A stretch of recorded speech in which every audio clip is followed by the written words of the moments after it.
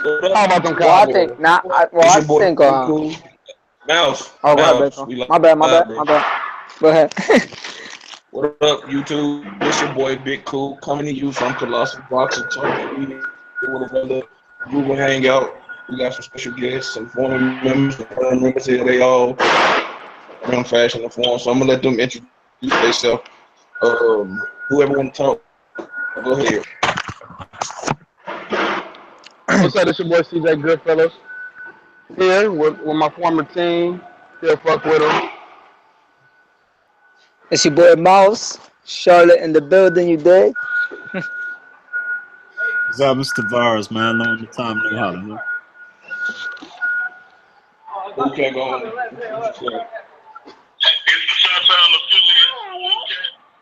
Man, Mike, don't introduce yourself. That was white, man. Don't be predicting man. Don't be acting shy, man. Yeah, our boy JG could join us. Definitely to be on when he can. Other special guest, Blow Bland from the Truth Facts About Boxing. As well as 2K, the guys of Boxing Talk. Hopefully they join in. But we about to get into this hangout.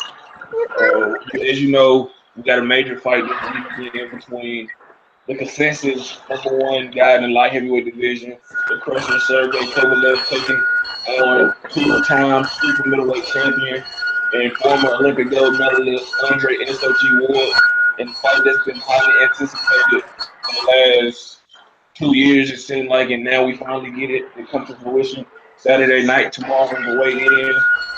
Everything will be overanalyzed and whatnot, but we're going to aim to show us that with a heavyweight discussion. As you all know, one of the most talented and dangerous heavyweights, Luis Ortiz, King Kong, they call him, returned to the ring this past Saturday night against Malik Scott. And going into that fight, a lot of people thought it was going to be a wipeout, myself included. Not to disrespect Malik Scott, because I respect all professional fighters, but I just thought that the skill level was too big for him to overcome, and I didn't think his chin would hold up to the power of Luis Ortiz. But we got a fight that a lot of people would never want to watch again. They were highly critical and rightfully so of Malik Scott. So I'm gonna start off with Smooth Cat. Did you see that fight? Yeah, I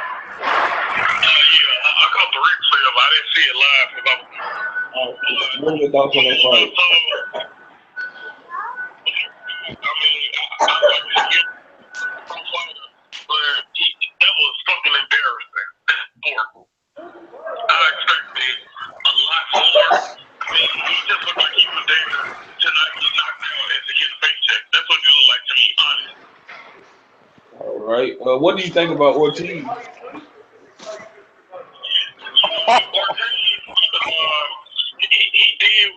basically did what he could. But he was just comfortable with winning. I mean, I thought he was gonna start like putting more punches together, but the combo was a little Come more. on, stop. Seemed like Now give me a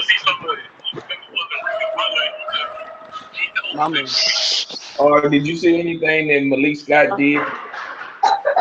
Laws that better heavyweight will be able to capitalize on and make Ortiz pay. And I'm gonna go to Tavares with that one. Did you see anything that Scott did to Ortiz that you see other heavyweights capitalize on? Nope. All right. Mouse, what are your thoughts on that fight? If you've seen it, Ortiz and Scott. Yeah, I seen it. I'm gonna answer that question you asked Tito. I think Okay. he showed don't run for the whole fight. The heavyweight division, do not run for the whole fight. God damn it. But man, that was an embarrassment. I know you said that you respect all fighters, but I'm not respecting Malik Scott because fighters fight. Bruh, This man has continuously. I never want to see Malik Scott in a boxing ring again. I'm dead ass like that. This guy has continually taken dives. dude, hold on, man. Malik Scott is terrible, dude. Hold hold on. We're gonna keep it. We're gonna keep it where we're not talking to each other. Let me jump in and I'm gonna let Mouse go back. I wasn't saying I respect him like hard. I was just saying respect him. I said that because I picked him to get blown out like 3 rounds. That's why I said the respect part. I don't respect him as a fighter for what he did as performances, but anytime you picking a fighter to get blown out like that, and it's really kind of they can take it a certain way. So that's why I said the respect part. But I don't want to see him fight again. I think he should retire, whether he got a lot left in the tank or not. But finish with what you were saying. Well, no, I'm just saying. I just think, I mean, y'all pretty much said it all, man. I don't ever want to see him fight again. I mean, it's to a point where, I mean, Deontay Wilder punched the air and you acted like if you just got hit by a bus. Then you go in a press conference and act like if it was legit. Then you fight King Kong and do nothing. And then you go again on Twitter and say, I'm sorry, I should have trained better, blah, blah, blah, whatever. Like, how many times you going to apologize for taking a dive? Like, enough is enough. All right, we're gonna let CJ wrap this topic up, because obviously it's not a lot to be said, and that's not Ortiz's fault. But CJ, what are your assessments from the fight? Did you see anything that you can see any other heavyweight exposed? Because I did see Scott land a lot of right hands on Ortiz, but maybe that's just because the rust and his reflexes wasn't being there. But that could just be me. But what's your thoughts on that? One thing for sure about the fight, man, Malik Scott is just, I don't know. I don't want to see him after the fight in Puerto Rico or Wilder at all, but he's a slick fighter, and you got to give him. He has some skill. He don't have the chin or the heart. I think it's the heart he don't have. But one thing about Ortiz, man, he don't have a right hand. If you ever noticed that, he's left hand happy. He has no right hand. And at the age of 37, I think some dude's gonna hang him out to dry. There's really no telling if he really is 37 from Cuba. I was just about to say that. There's no telling that at all. So Joshua said it's gonna be another year before you even think about fighting him. They're gonna try to age him out of there, so it's gonna be all bad for him. But he don't have no right hand, so he got to work on that. That's one thing he got to work on. And did he get exposed? Not absolutely not. And if he did, it's gonna make more guys want to fight him anyway. So it's gonna work in his favor. But he got to get a right hand. But I watched the HBO commentary. I think it was him pointing out something that he said that the style of Ortiz kind of reminds of people of amateurs. Not saying like he's sloppy, but just how he fights. He's not active enough.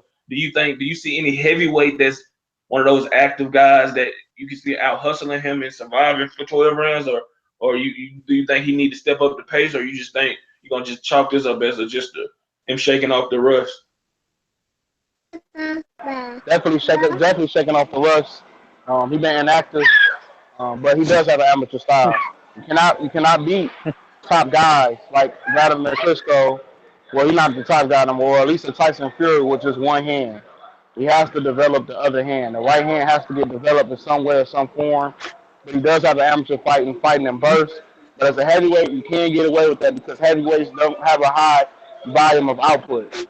So you can get away with it. It's not going to be a problem right now. Well, anybody else got anything to say on that topic? Nope. It's not. Another heavyweight who happens to be a champion, who I guess now, according to him, is back fully trained, and that is the Bronze Bomber himself, Deontay Wilder. I guess he's ahead of schedule. Reading the interview, said he's a quick healer. What are your thoughts on him resuming training now? Who would you like to see him facing in his comeback fight? Rumors been speculated that he may face Tyson Fury's little cousin, Hughie Fury, and I really don't want to see that fight. I mean, I understand you want to tune up, but damn, I mean, I don't want to see that shit. That shit is cool. And I'm the biggest Wilder fan out there, but I don't want to see that, at least, because I feel like that's not going to prepare him anyway for Stavern. Well, I don't think he'd worry about Stavern, but if he had to face Povetkin, whoever win that fight December 17th, I'd like to see him face somebody decent. But what are y'all thoughts on that potential fight? And if y'all don't like that fight, who would y'all like to see him face? I'm gonna start with T. It is what it is. I mean, you coming out from major injury, and I I would think that he would want to get someone that level, if not a notch higher, to get back in the flow of things, man. I mean, you got to think the rehab on that hand and everything else. You know, you don't want to jump in there with somebody just elite. Like, you don't want to jump in with a Povetkin or somebody like that right off the bat after an injury like that. So if a Fury makes him feel comfortable right now, let me get in, see what I can do with this guy, then I'm all for it as far as a comeback fight. But after he knocks that ring rust off and gets back in the mood, then I expect him to step up. Yeah, I would hope. I would at least, not like I'm being overly critical. I would just at least hope he fights somebody that can get him prepared for Povetkin. Even though Povetkin is one of the highly skilled guys, it's not that many highly skilled guys in the heavyweight division once you get outside that top 10. But I like to see him fight somebody that's gonna, force him to, do something different instead of him doing it when it's really, now or never against Povetkin. But Smooth Cat, what's your thoughts on that? Who would you like to see? Wilder fight in the comeback? You know what? Honestly, like I said, I'm not fond of the whole Fury thing because I honestly believe that Wilder would knock Fury out within maybe 3 rounds. So I'm not too much fond of that one. But what I will say is somebody who, I think they get around a tough fight, it'd be a tough style, and I think who will get him really ready for that game, I think he should fight Amir Mansour. I think that'll be a good comeback fight for him. Yeah. I ain't thinking about it. I forgot about that. Yeah, that'll be a good fight. I mean, Amir's been calling for that fight for the longest. I remember when we did the interview, he said that he'd love to fight him. So, I mean, if that fight is made, I think it'll be a good fight as long as it lasted. But I don't see Amir really doing too much with him because he lost to Dominic Brazil, even though I guess people say it's fluky, but still, they're on 2 different levels. Miles, who would you like to see Wilder fight in his comeback fight? I think he said March, April, his return. Man, I'm kind of like on the same boat as Tavares. I mean, it really doesn't matter to me as long as after this fight he steps up against the other big guys. You know what I mean? I mean, I think he's at a point in his career where he really needs to fight the top guys. I feel you. I agree 100%. CJ. I think we lost. Oh yeah, CJ. bro. Yeah, here I am, bro. I was on mute because I'm at work. But yeah, I'm cool. I'm cool with Fury because like 5 people in the duck Fury and dropped out the fight with my man and stuff like that. So it's good to see him get a fight. You know, Ruiz just dropped out of the fight with Fury himself. So I'm cool with it. Especially like Tavares said, we on the same page today. Hand and shoulder injury, it really don't matter. As long as he can knock the ring rust off, I don't want to see him fight nobody tough and saying, well, my shoulder and my hand ain't injured. I'm not in for the built-in bullshit ass excuses. So Fury is a decent fight for him. I would like to see after that at least a Brian Jennings or step up like that. After that, I'm cool with whatever you do though. Or let me twist it then. What would you like to see Wilder work on in his comeback fight? Because we know he has things he needs to work on. Also, Smooth Cat, what you like to see him work on? Hey, first and foremost, I would love to see him work on establishing his distance better. Because I feel sometimes in fight, I feel that Wilder, I feel he kind of plays to his competition. So when he's fighting somebody good, okay, like when he's fighting Stavern, I like how he was assertive and like how he took command of things. But it's when he fought, what's the guy, Eric Molina, I think that's his name. It's like he fought down to him. Yeah. I don't like to see him do that. Like I said, I want to see him behind that jab, kind of like how I keep forgetting this shit. He's one of my favorite fighters too. But like I said, I want to see him stick behind that and pull his punches. And I mean, like I said, show that you the ball, you 6'7", be the ball. You should never have be having an inside type of fight ever. I agree with that. T, what would you like to what would you like to see him improve on and work on in this comeback fight?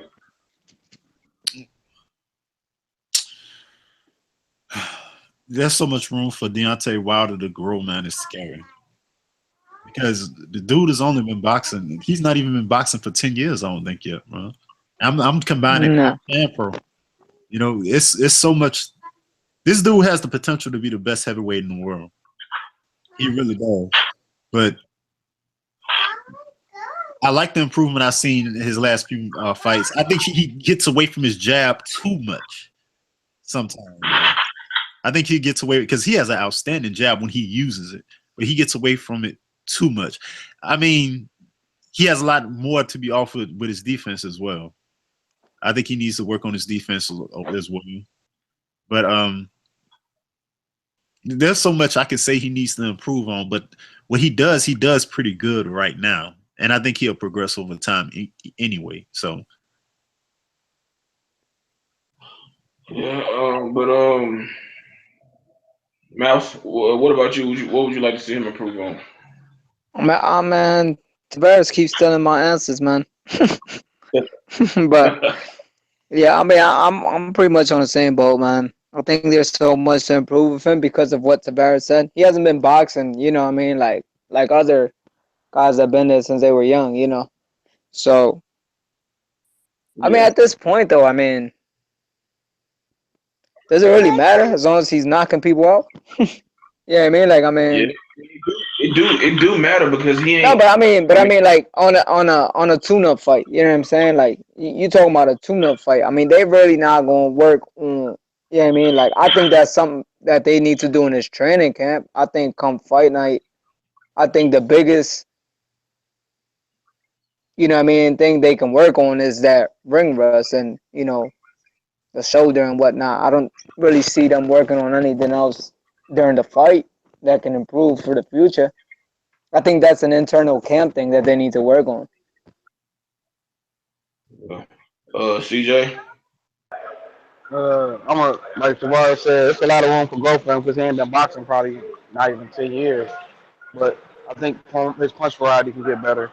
I think when he fight guys that's aggressive and like to come in inside, it's probably not a lot of them. But like Povetkin, if he does deem to be the winner over Laverne or however that play out, I think he can work on the uppercut, he can work on the right hook, and he can work on moving his head more and being a little bit more slick. His fluidity as a boxer over the last 5 fights has definitely improved though. The way he's moving, he looks natural now. He's Anthony Joshua was at the point where he was at like 6, 7, 8, 9 fights ago, where he looks hunky junky. He doesn't look like a fluid mover, but Deontay Wilder is moving fluid. The feet and the hands are working good together, but the punch variety can get better. He can throw in that right hand, and the left hook is coming with it. Now he can throw the right hand, the right hook in there. He can throw an uppercut in there, and maybe even become a decent body puncher to give the boxers everything to think about. He don't think about the body now because he's a tall, lanky guy. But if he starts going to the body somehow, find a body punch that works for him, the right hook and maybe the uppercut, let's see versus Povetkin, I think he could be the best heavyweight out there. But let me ask y'all something. Zero to cut you off, but let me ask you a question regarding that. Like, what would you guys say would be the time schedule for him to improve that? Because I mean, if you want him to fight the top competition after this fight, I mean, there's only one fight that you have where you can make that improvement. And I just don't see him being able to. If he doesn't improve dramatically within like the next year, anytime he fights a top guy, it's going to be, you know what I mean? Like, what's the timeline for him to improve on this? It's not like he's a young guy, you know what I mean? Hey Mouse, I'll give you, like I said before though, I don't want to cut you off, but like I told you, like when I said who I wanted to see fight next, I said Hughie Fury, then a Brian Jennings. I think those are two good fights. If the Povetkin thing, whatever happens, or you can throw Povetkin in an ice cream sandwich to that fight. But I think that I don't look at Povetkin, Brian Jennings, or Hughie Fury as elite heavyweights. That's just me personally. I think Povetkin is the biggest step up he had. I think Jennings is the second biggest step up he had. And I think he can improve versus those fighters. Then he can go to the next grade, Tyson, Ortiz, and Joshua. Then I think after this year, then I look for the improvement. Then I mean, I agree with Smooth Cat when he said he needs to fight up to the level of. He just need to fight every fight like he's fighting Joshua or Stavern, whoever his toughest fight has been, which will be Stavern, talent wise. He needs to fight that a disciplined fight. I also like to see. I would love to see him start retreating back, going to the ropes, man, because that shit is not a good look. because he's gonna get caught one day going back to those ropes, especially against a Joshua or Ortiz guys that's got a good reach and good height and good quickness of him. Well, Ortiz not that quick, but Joshua in particular don't catch his ass going back to those ropes with his chin exposed. And I mean, I don't know how he gonna react to one of those shots. You need to become better defensively. But I like to see fighters use the jab. Anybody know me talking boxing, jab, jab, jab. You can win a fight with a jab. You can lose a fight not using the jab.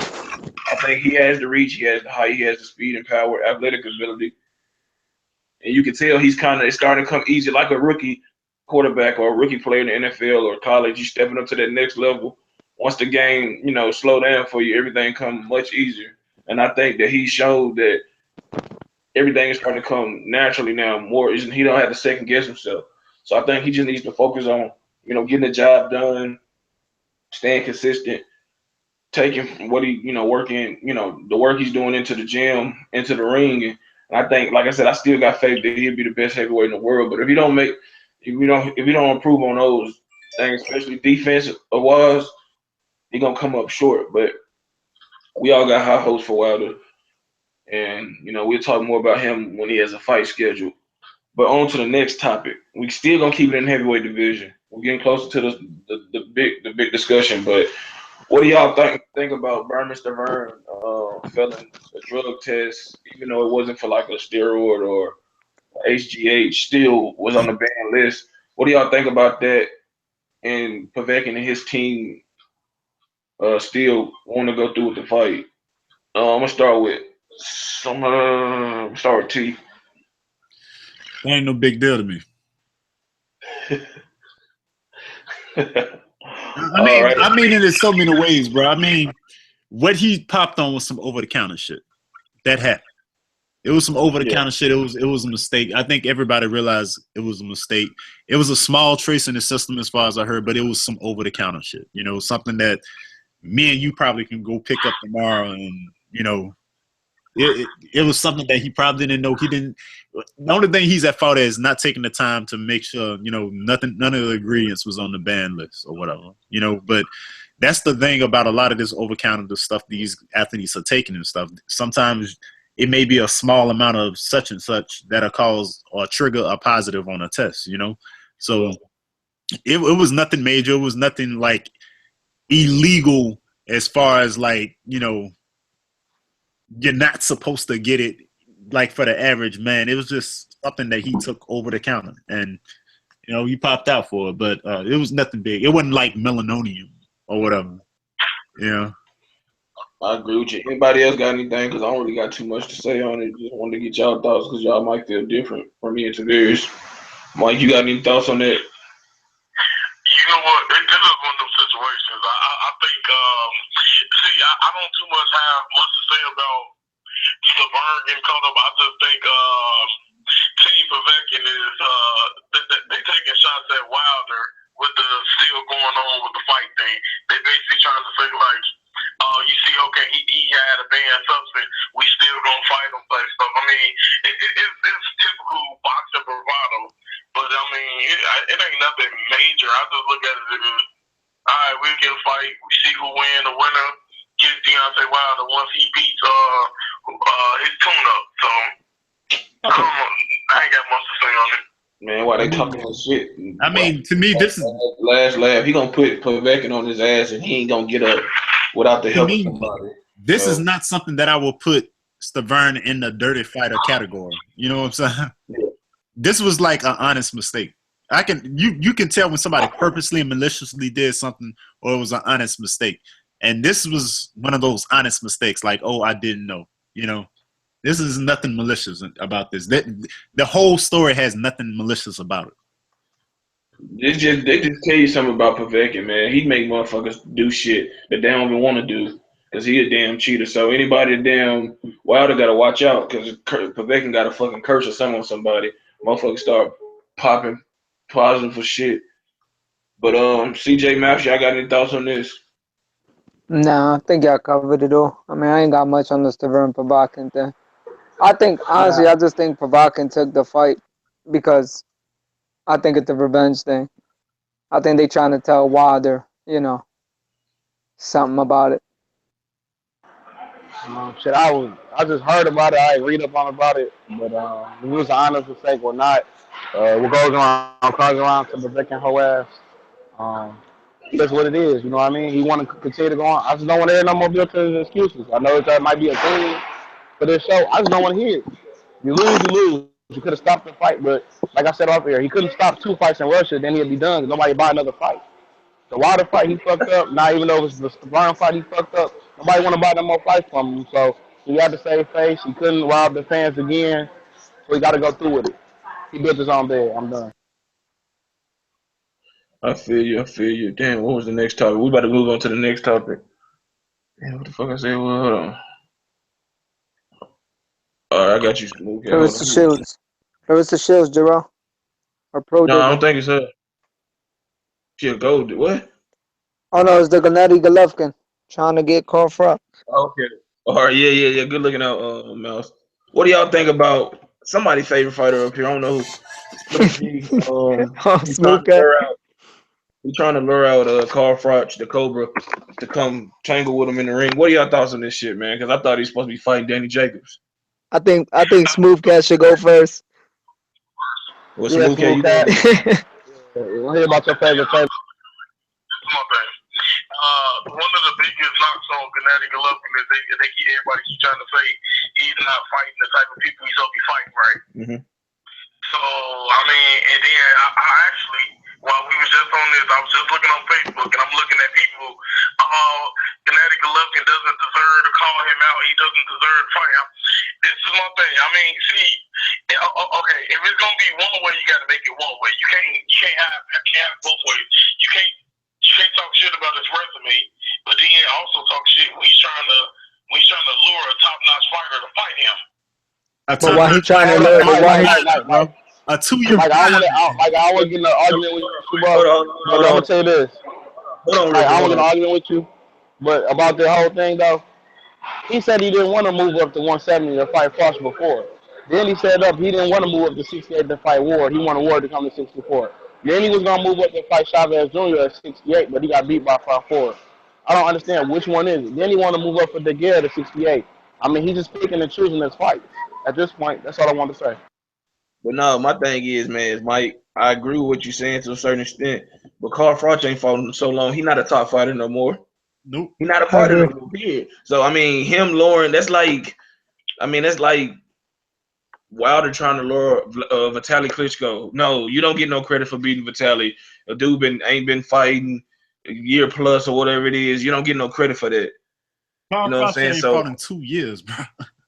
that's what I'm saying. Like I feel what you're saying. It would have been nice once he was still fighting, but I was like, man, you had your chance to fight Froch, but for whatever reason, I don't know why the fight didn't come to fruition. I just know it didn't happen. And now I don't know. Hey, Jarrell, it didn't happen. It didn't happen because over 2 pounds. Fox wanted to be at 170. Golovkin insisted to be at 68. That's what happened. And that's my thing about it, bro. Like that's honestly my thing. It's like everybody put Golovkin on this pedestal, and I'm not gonna turn this into a bash Golovkin, whatever, because this ain't really about him. But if you that great, you gotta go fight. You should fight. You shouldn't have no problem fighting at 168 or 175 or 170 or 169 or whatever it is y'all agree to. I mean, people talk about this man like he's the Terminator. Like, I swear they do. They talk about him like he just can't be beat. And I mean, he hasn't been beat yet. So I mean, I guess that statement is true until he loses to somebody. But man, you got to don't be trying to fight Froch. Don't try to fight Ward no more unless it's gonna be at 175. Because Ward said that shit is sealed. I don't see how people. I call them apologists at this point. I don't see how his apologists don't notice a trend with this dude yet, man. You can say, all right, after a while, you can't even say, all right, Dana Jacobs ducked him. You can't say Saunders ducked him, because there's one repetitive thing that everybody is talking about when it comes to negotiations with Golovkin. They're not trying to pay me what I want. They're not trying to pay me what I deserve. They're not trying to, you know what I'm saying? Tom Loeffler is, I don't know what Tom Loeffler is doing at these negotiation tables, bro. But that is one thing I done heard from several middleweights about this dude. And it ain't like people don't want to fight Triple G. You know what I'm saying? Yeah. It ain't like Lara wants to fight Triple G. Boo Boo wants to fight Triple G. You know what I'm saying? These guys at 158. DeGale wants to fight Triple. That's another thing. You want to get a dude out of retirement for 2 years. So what? He from the UK. Ain't DeGale from the UK? Yeah. I mean, that's what I always DeGale's a think. champion at 168. You can fight that dude. DeGale wants that fight. You're not looking DeGale away. But yeah, you want to get a Carl Froch, a guy that I would have favored over Froch. If Froch would have fought him, I would have favored DeGale over Froch. But you want to get the guy at 2 years of retirement. I call that one the toss-up. I wouldn't favor him over. I wouldn't either, but I don't know. I mean, I would have favored him. I don't know shit because you got to think Groves beat DeGale, close DeGale. I mean, But you got to think how close that fight was. That was one of the worst damn decisions I think I ever saw. Man, that wasn't a robbery. That wasn't a robbery. It wasn't a robbery. But he clearly beat him. No, he didn't. lost. No, he didn't. He lost a close decision. He lost a close decision in my book. Fuck James DeGale, man. I ain't got I'm just joking. I'm just joking. No, but anyway. That's my whole thing. James DeGale wants this fight. Another UK fighter. Since you like going to the UK and fighting guys in the UK or whatever. But James DeGale wanted that fight. Why didn't you fight James DeGale? Because James DeGale, man. Look, he trying to man. But look, man. Good Luck can be wanting to eat like a king, and we want everybody else to eat like little chumps and shit. He be wanting all the big money, and they be lowballing the hell out of people. I don't know. Tom Loeffler be lowballing the shit out of folks at the go. I do not see how people are not noticing this trend because now it's a trend with Triple G. I don't see how people are not noticing this trend with Triple G. He's still saying that, I go down to 154 or whatever to fight Manny Pacquiao. Really? Hey, chill out. Hey, let's Smooth Cat jump in here, man. I ain't hear that shit, but damn, he did. He said it. You need to get ashamed of yourself. But go ahead, Smooth Cat. He just was saying something about he noticed a trend about the low ball in the people. Mm-hmm. And like I said, I'm not gonna say it's true. I ain't gonna say it's false. But like you say, it is picking up steam. But now I find it funny that they was willing to offer what's Julie Holt-Saunders. They was willing to offer him a good amount of money, and then dude talk about, oh no, well I need at least 12 or 15 million to fight him. But I mean, this one thing, if they was offering him 8 million to fight him, that was what they said the offer was, 8 million. So they offered him 8 million to fight. How the hell is he lowballing there? He offering them bitch motherfuckers 8 million to fight. That's what he offering, I guess. I don't know. I mean, hell, Billy a world champion at 160. He a whole champion. I mean, And I still don't explain Jacobs. Still don't explain Jacobs. Nah, Jacobs don't want that fight, man. Shit. I could agree. I could agree with the money situation and what you're saying, T. But honestly, Jacobs don't want that fight. I think he does. They gave Jacobs a 30-70 split though. Jacobs don't want that shit. Fuck Jacobs, man. Fuck that nigga, man. He don't want that. Come on. Listen, that Jacobs fight is irrelevant anyway because everybody knows Jacob ain't got no chance. Man, he got power though. So I want to see. He ain't gonna have enough power. Man, if Mora goddamn Jacobs. And at this If point, Mara even though I would pick the dude over Lara, at this point, if you offer Lara 65-35, who's to say Lara ain't gonna say, yeah, let's do it? You're not even looking at dude weight. that I agree with you. You're not looking 100%. at dude weight. You're not looking boo-boo weight.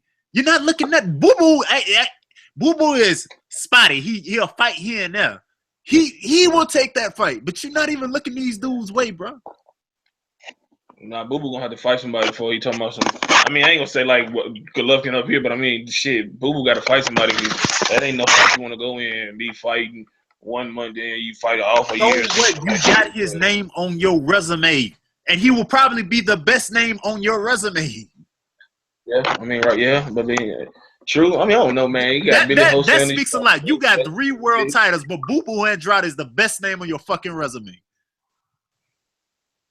I don't know, man. Lawful and HBO, they in cahoots with obviously. Oh yeah. That's why we ain't got the fucking Ward GGG fight. That fight could have been made. Could have been made. Could have been made. Yeah, but you know what? But you can't blame Golovkin on that because that was a back and forth thing. I mean, first it was that Ward that Golovkin was ducking Ward. Then Ward came out and said that fight's not going to happen for another year or two until he makes a name for himself. Then it was back and forth until eventually that whole fight just died off. I don't want to hear that for the simple fact don't that want to dish up the money, man. I don't HBO don't want to dish up the money for motherfuckers to fight Golovkin and all that shit. I agree with that. I think that's a promotional issue, but that was back and forth, man. I don't want to hear that for the simple fact of the matter. Triple G can say yes or no. Just like when Andre Ward went to the negotiation table and they offered him, all right, you move up to 175 and you fight Kovalev. Look what we getting this weekend. Ward said yes. He moved up. Yeah, but Ward moved up.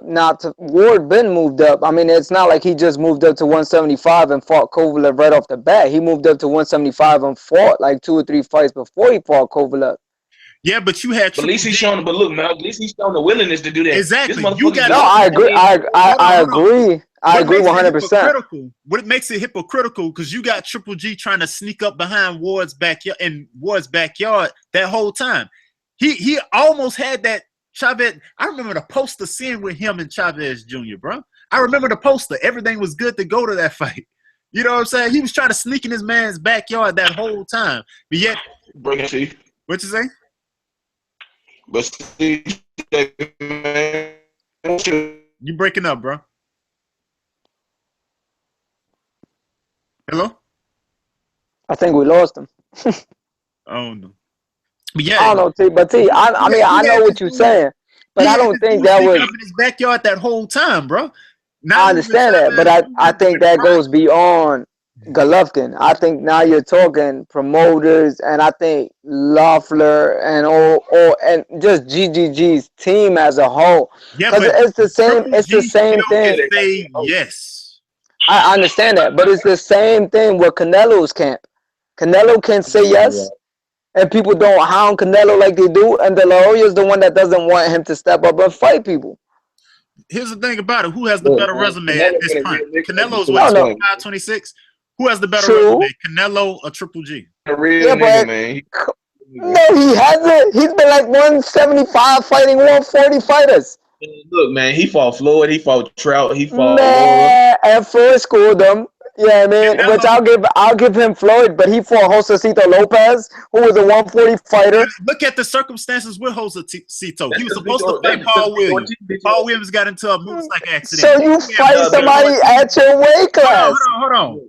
He was supposed to fight Paul Williams. Paul Williams got into the motorcycle accident, cost him his career. Then he was signed to fight Victor Ortiz. Josecito Lopez broke Victor Ortiz's jaw.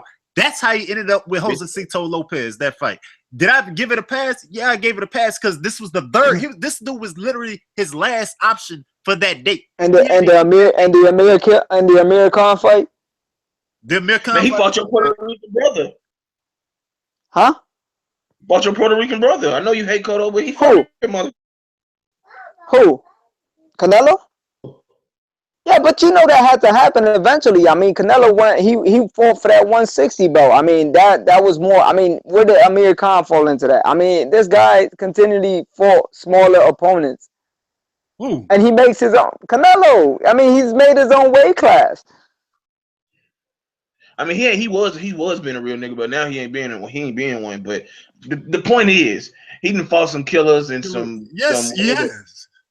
Man, I ain't seen no killers. What killers he fought? He fought. It ain't even a killer. It's just Floyd ain't no killer. Floyd's a boxer. A Laura that Triple G refuses to fight. Okay, but Laura ain't no killer, and a lot of people fought that he won that fight. Laura's a respectable name. It matters. Yeah, but you said killers. Killers and respectable names are two different things. I didn't say killers. Florida Killer in his own right. Florida Killer in the boxing. He's 40 whatever he is, and or whatever the fuck his record is. I mean, you ain't got to be knocking up motherfuckers out to be a killer.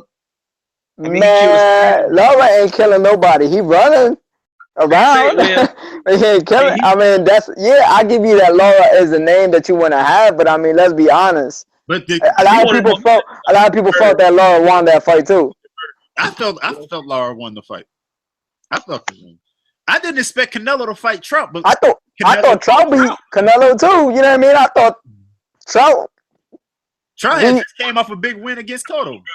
Exactly, but he won fairly. I thought he beat Cotto convincingly. You know what I'm saying?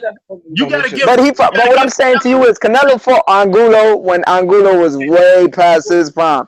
He fought Kirkland when Kirkland was way past his prime, and lost to Mayweather, bro.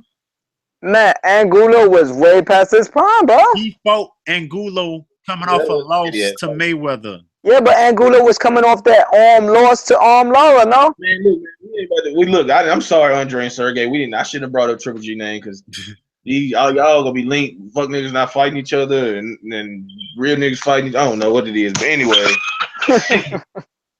we talking about some real N-words and real Russians this week. We're going to Miss Clarissa Shields, man. She is fighting for Sean, I guess, whatever her name is, Cruz, on the untelevised portion of the Sergey Kovalev Andre Ward on undercard. What are your thoughts on Miss Clarissa Shields making her pro debut? What are your expectations for her as a pro? Do you think she will have the same success she did as an amateur? I expect her to be extremely sharp, accurate, and I expect her to put on the show. I'm not too familiar with her opponent, so I won't act like I really know the opponent because I don't. Mm-hmm. But I do expect her to go out there and put on a good show. And I mean, furthermore, I think with Clarissa Shields, I think in let's say about 7 fights, I can see her fight for a world title. Yeah, she gonna make me want to watch female boxing. And I say this respectfully because I don't follow it. I'm not one of those guys that think it should be banned or anything like that. I just don't follow it. But I will start following it because of Clarissa Shields, and it's also the show I do with the movement. My boy EJ, 2K. Damn, he got a lot of knowledge. He know what I'm talking about if he was listening. Baracus, I think her last name is. I seen a clip of her fight. Amelia Baracus. I think it is Amelia or something. Cecilia Baracus. And some more people, but some more female fighters. But I'm gonna definitely tune in and watch more female boxing. Mouse. No, I'm gonna go with CJ since his fellow Michigan native. What are your thoughts, man, on Clarissa Shields and her pro debut? And what you expect from her as a pro? CJ. All right, well, we're going to go with Mouse again because CJ, I guess, he caught up. Hey, you hear me now? Back, CJ. You hear me? Yeah, I hear you. Yeah, I'm excited, man. I know Kovalev told her she should just go in the kitchen, do women things. Okay. But I'm definitely excited because she could have went for another gold. She could have took Errol Spence's advice and went to try mixed martial arts and try to expand her brand. But for her to stick in the boxing sport and make awareness to women boxing, I think is huge. To hopefully pick up where Layla Ali left off. Hey, what the fuck is that? I'm sorry. But to pick up where Layla Ali left off, I think it's huge. I think, man, and she's not taking a soft touch neither, though. This is a seasoned fighter she's fighting. And, for her to put on for the mid is big right now because after Tony Harrison really let the city down and the Darrell brothers let us down, temporarily right now. I think both of them will be back. I think she the shining spot right now for the mid right now. But I mean, did she really had tell her what's the pulse of the city when it comes to Clarissa? She's down there. She actually from Flint, so that's a minute from me. It's up north 75. But I think she's huge. She's huge in Flint. What they going through with their water crisis, and what they still are going through. That nobody's talking about. That the governor is getting away with killing or poisoning the mass portion of the city. She's big. She's a big inspiration. And the Darrells, from his brother Willie all the way down, they do a lot for Flint from what I'm hearing. You got Rasheed Wallace that's still bringing tools up there every now and again. And she's the glimpse of a big glimmer of hope for that city. And for her to do good on Saturday is doing good for Flint. Mouse, what you think about her prospects as a pro?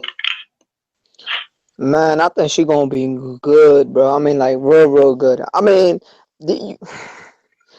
man, you gotta check out her documentary, man, and just her background and everything, that she stands for and where she's coming from. I mean, I haven't been this excited for female boxing in a while. I mean, so I just can't wait. I know it's gonna be. I know. She ain't a two-time gold medalist for no reason, man. She about to put beatings on people. I'm talking about beatings. So it's gonna be. I think it is. I don't know who said it, but somebody has said that by the seventh fight that she should be ready to fight for a title. I think I agree with that shit. I think she gonna put beatings on a lot of people. I feel you. I feel you. And you know that they trying to bring, she trying to make the woman boxing relevant again. So yeah, I mean, they're gonna push this woman. They're gonna push her hard, especially. I don't know, man. I got high hopes for her. I hope everything fall through the way they want to, the way her team wanted to, and the way because boxing with women get overlooked so much. You know what I mean? So this is actually their chance to actually get out there, especially with MMA showcasing their females. This is actually very good for boxing. I definitely agree. Listen, I think she's gonna give a lot of young females that's looking up to her or coming up that's interested in combat sports a lot of new belief and hope that they can one day reach her status of being an Olympic gold medalist or just an Olympian in general, and also going on to the pro ranks to do some great things. She highly skilled. She's she really what I'm saying. She really is skilled and dedicated to the craft in the sport of boxing, and I wish her well. And I think she gonna do great things. You know what I'm saying? She's young. She's 21. She's done a lot so far, more than a lot of guys here that box. You know what I'm saying? And she definitely deserves her respect. And I think she's gonna be the one that makes some history, man. She's gonna headline the pay-per-view. She's gonna be on HBO, Showtime, or one of these, major networks, or depending on however she decides to move with her career and who she, takes on as a manager and advisor. But I think the sky's the limit, man. And I look forward to checking her fight out this Saturday night because I will be ordering the card. So even though I'm pretty sure they may show it on HBO or one of the little HBO streaming, so I'm definitely gonna check her out. Tavares, what's your thoughts on Miss Clarissa Shields? We need to support her. Period. We need to support her, man. She's highly skilled. She's one of the most skilled female boxers I've seen in a long, long time. Probably since Layla, man. If not, she might be a little bit more skilled, to be honest with you. And we need. I think she is. I'm tipping towards that.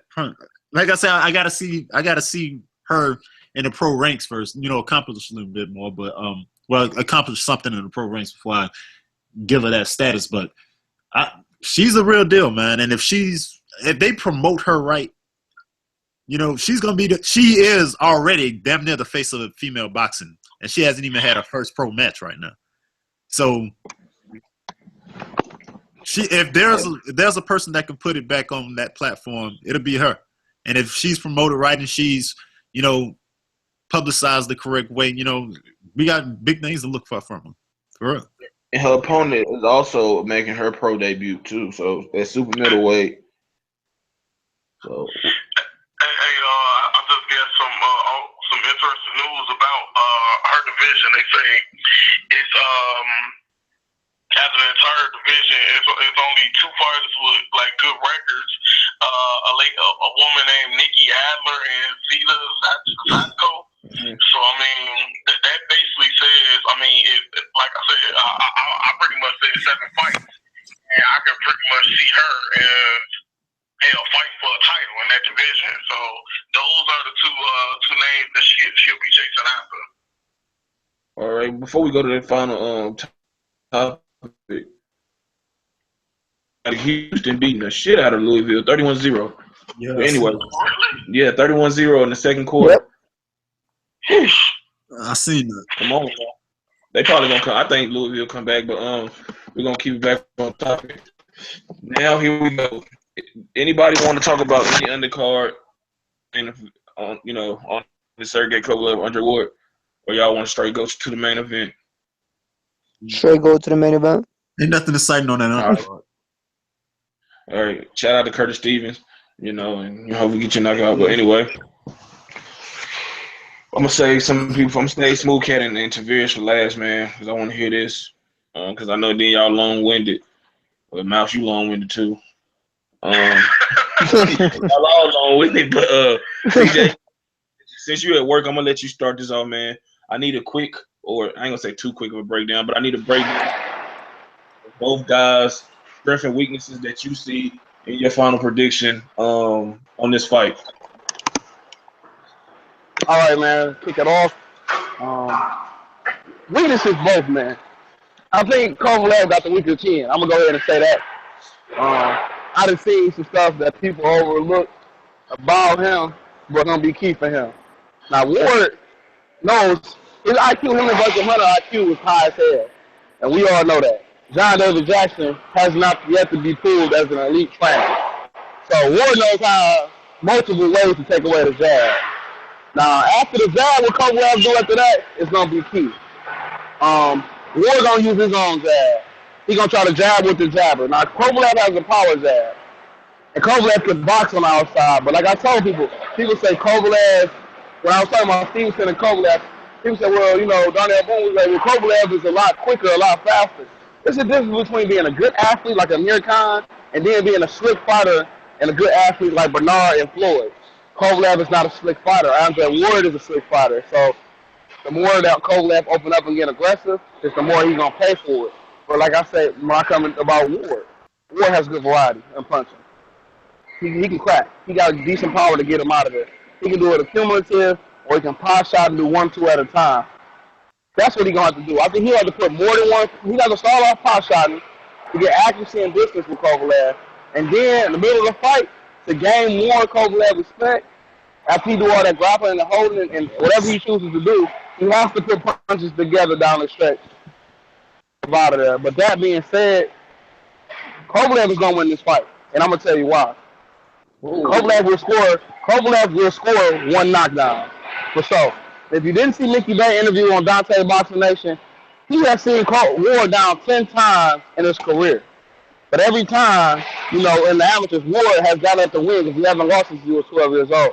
But I say Kovalev win because he's the more fresher, the more active fighter. And when you're dealing with this type of mystical power that people say Kovalev has, there's no substitute for that in the gym. You can't get a fighter that's going to crack him like that in the gym.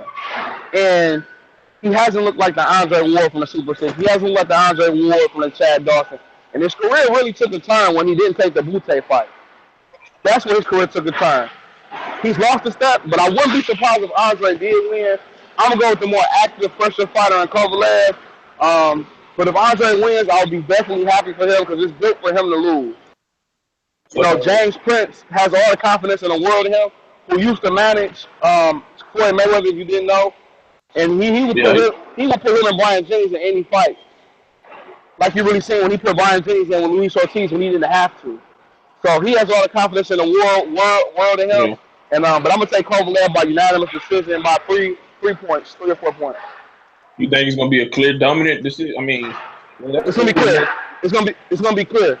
Andre Ward might be close in rounds, but he's going down at least 1 or 2 times. One time for sure. Okay. If Ward does lose a clear dominant decision, what is the next move? What you see in his career? You think that's just gonna make him lose motivation to fight, or you just think he'll bounce back and what? Those dudes who haven't lost in a long, long time, that's the $1 million question. Same as Floyd Mayweather. If he haven't lost, would he stop the hunger to fight? Would he get back right in there and align him off and do it again? But my guess with Andre Ward is that he's gonna take another long layoff. He's gonna be stagnant if he loses. For Kovalev, I think if he loses, he's gonna drop off the picture. Whoever loses is gonna drop off. And if it's a close fight where enough fans from fighter A to B, fighter 1, I think they'll do it again. But if it's a clear-cut decision, whoever loses is gonna go into the shadows. I wouldn't be surprised if Kovalev moves up to cruiserweight and change his identity and go make money over there in Europe, because that's where the money is in cruiserweight. So Andre Ward, I think he falls off the face of the map for a minute, ends up coming back, and maybe a Pascal. And hopefully, if Kovalev or Ward win, Adonis Stevenson can make the fight happen. And now they can make that fight happen. But if not, I think the loser falls off the face of the planet. But if Ward wins, look out for this excuse. Who did Kovalev really beat? And that's what you're going to hear. Who did Kovalev really beat? And I can't even dispute people saying that, though. Because at the end of the day, he fought Darnell Boom, okay? He lost that fight, the first one. I don't care what nobody say. He took it out from YouTube. Even Kovalev would tell you, he thought he damn near lost that fight. Then, he bounces on the scene with Campillo. I think he fought him. Nathan Cleverly, who was a good even matchup with fans, was really split. Especially in the UK, thought Cleverly had a good chance of winning that fight. He made him look foolish. Then he did the Pascal thing. He made Pascal play foolish. Even Pascal, they got beat by Bernard already. Then he fought an old Bernard Hopkins. So, who did he really, really beat? And that's a legitimate question in that. He never fought Beterbiev. He never fought Stevenson so far. He didn't fight the Gonzalez did to Cuba, who gave Pascal everything he wanted and more, who really beat him. So he never really established legitimacy amongst another elite fighter in their prime. It never happened. So if people do say that, all hell be to them. But don't change. If you don't feel that way now, don't change your tune and make a built-in excuse. And that's all I'm trying to say. Well, I'm about to go because I'm going to let the three long-winded guys go after that. My bad. No, I ain't talking about you. I'm talking about look at. And look, Andre Ward gonna win this fight. Yeah, he ain't the Super Six Andre Ward. He ain't the Chad Dawson Andre Ward. But you know what? He's still Andre Ward. One of the most highly intelligent fighters I've seen. He never gets outside of himself. He ain't about to go in there and do nothing crazy. Can he get caught? Sure. He's been caught before. He's been caught in fights where you've seen him when he was in his prime and he just didn't go down or he wasn't hurt. But people are underestimating the power, like you said, CJ, of Ward. And the reason why I feel they underestimated it in this fight is because I don't believe in Sergey Kovalev's chin. I honestly don't. I watched both Pascal fights, and Pascal shook him up multiple times in both fights. People don't want to acknowledge that, it was this and that. No, he was shaken up by the power of Pascal, who isn't that much of a bigger puncher than Ward. Slightly, but not that much. People underestimate Ward's countering ability. He's a very good counter puncher. His best punch. And then he got a sneaky left hook that's powerful as well. He's like a damn lion when he sees his prey. Once he get in this case, his hands wrapped on you, it's pretty much you're not going nowhere. He's gonna maul you. He's gonna beat you up on the inside. He's gonna use his head. And I think that he's more determined to really make a statement more so than any fight in the Super Six or with Chad Dawson. I think he knows what he's up against. I know he knows this is a dangerous fight, but he has no fear of Kovalev. If he did, this fight wouldn't be happening. At least it wouldn't be happening this year. I mean, he didn't got the as much rust as he can get off. I don't even think he's rusty no more. He's just a 32-year-old version of Andre Ward. And he's going to prove to be like Mayweather in terms of getting better with age. And I think he's going to win this fight a unanimous. No, matter of fact, I'm going out on a limb. I'm going to say he's going to stop Sergey Kovalev in an 11-round TKO. That's what I'm going to say. I think Sergey Kovalev's balance is not the best. I don't believe in his chin. I don't think he's going to have the foot speed or the footwork to deal with Ward. Ward going to walk him down. He's going to surprise him with his power in his fist. And then he's going to already be overwhelmed with the physically stronger Ward. So I think Ward he's going to pull it off, man. I think I'm going to go out on a limb and say 11-round TKO from Ward. I think he gets shook up early, but I don't think he touched the canvas. And if he does, he bounces back. But that's my prediction. Ward, TKO 11, to become the lineal, or I guess not the lineal because the Adonis Stevenson, that guy, the top light heavyweight in the world. Mouse? Shit. I got Ward winning also. Um, Contrary to what CJ said, and Andre Ward falling off if he loses, since that's not gonna happen, we don't have to worry about that. But um, man, I don't know, man. I mean, I agree with what you said on that. I think he's like a Floyd. I think he's gotten better with age. I think at 32, boxing mature level, his IQ is too much for Kovalev. I know a lot of people compare Ward to a younger Hopkins. Um, because of that comparison, I also remember Hopkins always took the power away from power punches. And we're going to see the same thing this weekend when Ward takes that power from Kovalev. I don't think, um, I mean, I know Kovalev got power, man, and I believe he can hurt Ward. But I think we've seen Kovalev been backed up before, and he ain't looked too good backing up.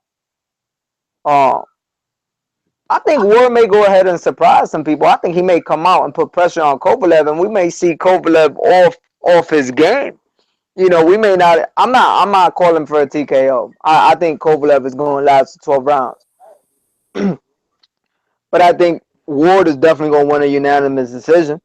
I think when it's all said and done, you're going to be talking about the new #1 pound for pound fighter in the world.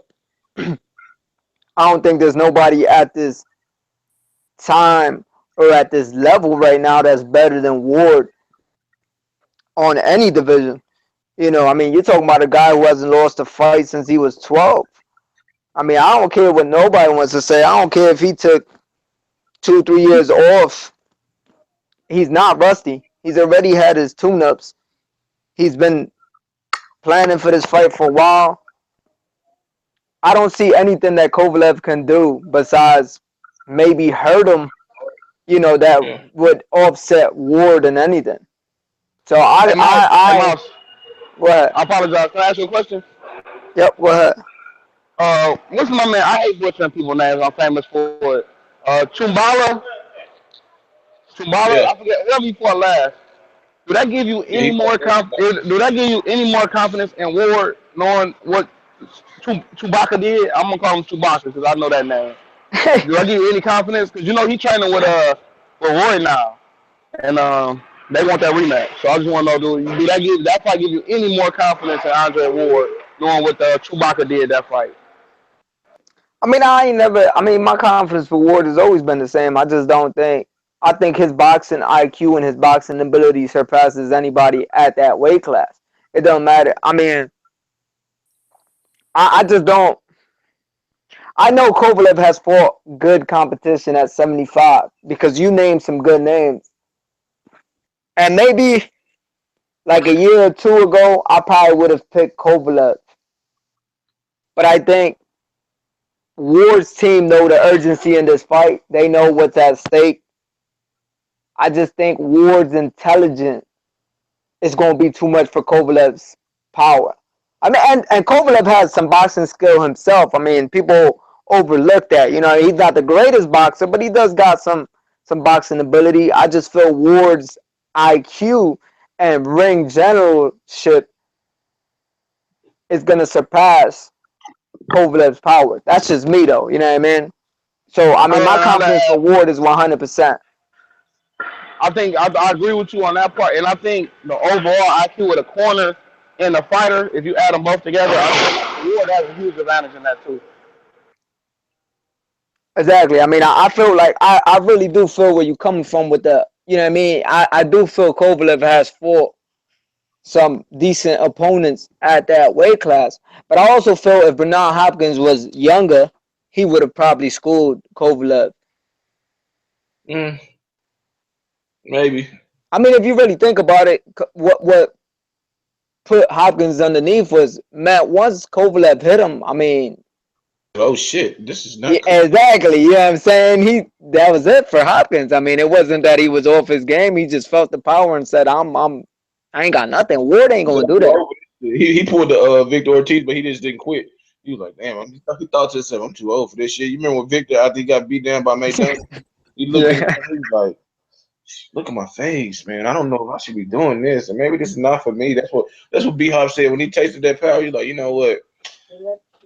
I'm gonna go survive this one because that shit in his gloves is something I don't want to feel on my old bones. So, But I just, you know what I mean? Like I said, I just think his IQ and ring generalship it's just too much for Kovalev. I mean, so you got a unanimous decision? yeah, hell yeah. I mean, I got him like up by like shit 6-7 points, maybe 118, 112. Oh shit! I'm gonna go out like that. I got him winning like unanimous, like big time. And if we wrong, we not even gonna say we wrong. We always right. No, I'm just joking. But no, which one of y'all want to go next, man? T, Smooth Cat. Which one of y'all? It don't matter to me. Yeah, go ahead, T. Don't be surprised when you realize Andre Ward is the bigger, stronger fighter. And with that being said, in the classic matchup of the boxer versus the puncher, the golden rule is always takes the boxer. And Andre Ward is the superior boxer. That's it. So what's your prediction? The superior boxer. Yo, T, 118, 112. Come on, jump on board. T like man, 120, 102, 101. I got Ward. I got Ward 8 rounds to 4, 7 rounds to 5, somewhere around there. I don't want that shit. I want that shit to be like 9 rounds to 3, 10 to 2. Yeah, I'm thinking like 9 to 3, 10 to 2. I don't see a knockdown in this fight. At least I don't see Ward getting knocked down. I think it's too predictable, man. I think it's way too predictable what Andre Ward is going to do. He's going to start with a left jab to the body. He's going to come out left jab, body, stopping Kovalev in his track. I guarantee you he's going to do that round 1. He's going to throw Kovalev off round 1. And when he gets inside, which I predict around round 3, you're going to start seeing him try to move inside. It's game, set, match then. Man, I can't wait. I swear, man, if Ward knocks him out, though, I'm talking so much shit. I might go live on Facebook for the first time. I'm tagging every motherfucking body. My thing is this, man. How many times have you seen Kovalev fight in the inside? Never. You know why? Because he needs that leverage. Yep. He needs that leverage to gain power to knock you out. Andre Ward is not going to give him that leverage. Yep. They're going to be on him like a dog in heat, man. Now, the only thing that can stop Andre Ward is the ref. I mean, the power stop him too, though. I'm saying, how can he gain the power to stop Andre Ward if Andre Ward is on his chest? I'm messing with you, but I'm saying like I hear you, the ref, but I mean, all it takes is one. I mean, all it takes is one shot. It can take one shot from either one. Because I'm with you. I don't think Kovalev's chin is as strong as people think it is, man. I told y'all that. I've seen him knocked down a few times. But let John David Jackson tell it. They're a better inside fighter. Kovalev is a better inside fighter than Andre Ward. Let him tell it. If you believe that's something seriously wrong. David Jackson, man, he needed, man. I don't believe that. I'm picking Kovalev based on activity. That's it. Man, John David Jackson gonna sweat that perm out, and he ain't about to be doing nothing no physical. If you ask me, I'm gonna go out on a limb and say it. If you ask me, Sergey Kovalev is tailor made for Andre Ward. Don't say that, T, because you know they're gonna be start tripping. Then they can start tripping. But if you look at style wise, what Kovalev does well and what Andre Ward does well, how is this dude not tailor made for Andre Ward? I know I'm about to sip some tea though. I know I'm gonna sip on that tea after that fight. I'm gonna sip on that tea and go live. I'm like, I told y'all. I told you. Hey, if y'all got Androids, I'm inbox. I inbox everybody. The iPhone can do it too. I just don't know how to do it. But it's an app that lets you watch all that the fight for sure. Everything, pay-per-view, whatever. I'm gonna inbox it to all y'all. So y'all have it. Just in case y'all ain't not home or y'all can't order the fight or whatever it is. All right, but we're about to let some more chat pick it up, man, before we get up out of here, man. Go on, the floor is yours. Oh man. Okay, look. This is one of those fights where, like you say, it's a lot of hype, a lot of build up to the fight, and as well as it should be. You got two top-notch fighters in their prime, and they both at the top of their game. Even though a lot of people don't feel Andre Ward is necessarily still the dominant force that he once was, and denied that he still showcases the ability to still take away your best asset from you. That being said, in this fight, one key situation in the fight that I don't think Kovalev is at all. I think he's somewhat prepared, but I don't think he's as prepared as he thinks he is. It's necessarily with the inside game. Andre Ward had his ability to get on the inside and take away your best asset from you is something that Kovalev is not accustomed to. And if you saw in the B-Hop fight a few times, B-Hop, he would make a move and do things on the inside, and he had Kovalev like lost. He would land a shot, but B-Hop was so busy trying not to get hit back. He never really put any mustard on those shots. So it was just like pity pat shots. So, but in the case of Andre Ward, he has better footwork than Bernard Hopkins has, and he's a smarter fighter in the ring than B.I.B. is. And as much as I love B.I.B., he doesn't do the things that Ward does in the ring. So in this fight, you're gonna similar to what Guevara said. He actually sounded like he was coming from my head with a few things, especially with the first. I can see the first 3 rounds jabbing to the body, trying to open Kovalev up to land the hard counters up top, especially with the left hook. And it's a fight where I think Kovalev gonna come out, and I think he's gonna try to box Ward, and that's gonna be one of his biggest mistakes. He's gonna try to outmaneuver Ward, and while doing that, he's gonna open himself up to become another victim. And in this fight, like I say, Kovalev, I think maybe around the 5th, 6th round, I can see Kovalev hitting Ward with something that Ward didn't necessarily see. And putting him down, Ward get up, he shake it off and do the usual. He go back to work. But I think Ward gonna get in on the inside, and I think he's gonna dominate the inside, and he's gonna take away Kovalev's power by being so close and not giving him the distance that he needs to get off those power shots. And in this fight, I got Andre Ward winning this fight, unanimous decision. It's gonna be like 10 rounds to 2. This is gonna be dominant. And the thing about it, it's not to say that Kovalev is a bad fighter, because he's not a bad fighter. Andre Ward is he's so much more intelligent than Kovalev is. He's so better where I'm saying this.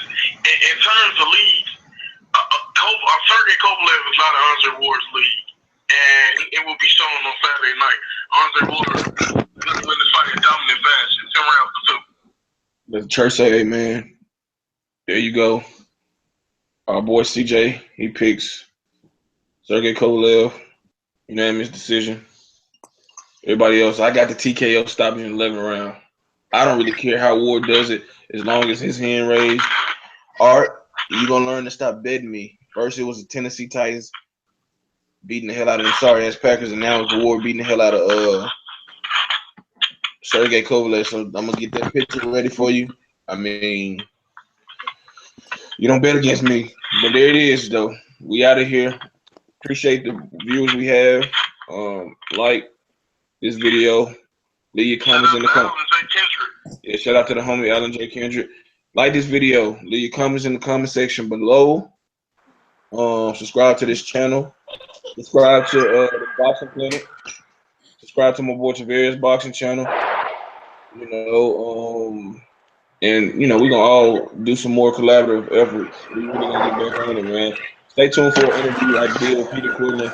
I'm gonna drop it sometime tomorrow, or I might just hold off on it for next week because I don't want it to get overlooked because this is a big fight weekend. But we're gonna be back, man. You know, since we've been lacking, I'm gonna be back. Hopefully these guys can join me post fight Google Hangout Saturday night. As soon as the fight goes off, we're gonna be on here to talk about what we witnessed, whether it's in our, you know, it went our way or it went somebody else's way. So, you know, like I said, keep holding us down. We're gonna start back getting more active. And until next time, we all out. Peace.